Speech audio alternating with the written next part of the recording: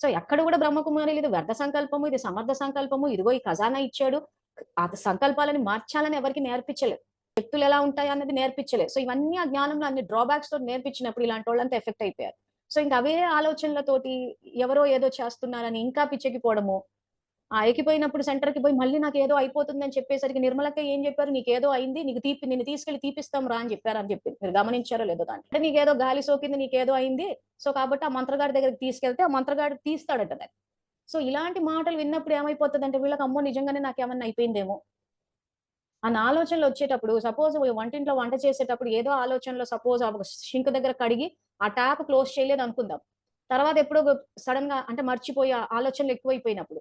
మామూలుగానే ఆలోచనలెక్కువ. ఇంక ఇప్పుడు ఈ బ్రహ్మకుమారి నీకేదో అయినట్టుంది తీస్తా అని చేస్తా ఉంటే ఇంకెక్కువైపోతది. సో ఆ పనిలో పడి మర్చిపోయి ఆ ట్యాప్‌ని క్లోజ్ చేసి ఏదో పని చేసి ఇటు తిరిగేసరికి ట్యాప్‌లో నీళ్లొస్తున్నాయనుకో, అదేంటి ట్యాప్ ఓపెన్ చేసిందంటే దయ్యం ఏమన్నా చేసిందేమో